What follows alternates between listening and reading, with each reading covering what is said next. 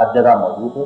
وَهُوَ مَعَكُمْ أَيْنَمَا، جہاں کہیں بھی وہ ہو تم ہو، وہ تمہارے ساتھ. اس وقت بھی ہم یہاں بیٹھے ہیں وہ ہمارے ساتھ، اور ہم اکیلے اپنے کمرے میں ہوں گے تو ہمارے ساتھ.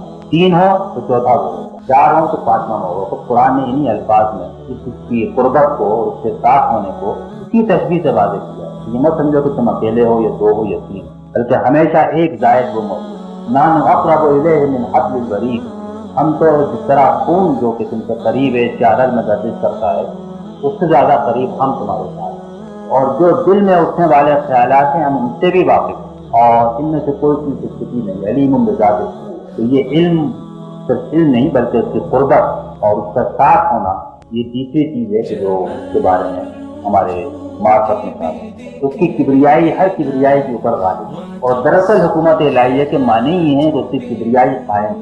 اللہ نے اپنے نبی کو جب سب سے پہلے یہ فریضہ سپرد کیا تو انہی الفاظ میں سپرد کیا تھا، وَرَبَّكَ فَكَبِّرْ، اور اپنے رب کی کبریائی کرو، اس کی کبریائی کی طرف چلاؤ، اس کی کبریائی کی دعوت دو، اس کی کبریائی کو قائم کرو، اس لیے کہ اس سے بڑا کوئی نہیں ہے. وہی سب کو تھامے ہوئے ہے اور وہی ہر چیز اسی کے اوپر منحصر ہے. کوئی چیز اپنی کوئی حقیقت نہیں رکھتی.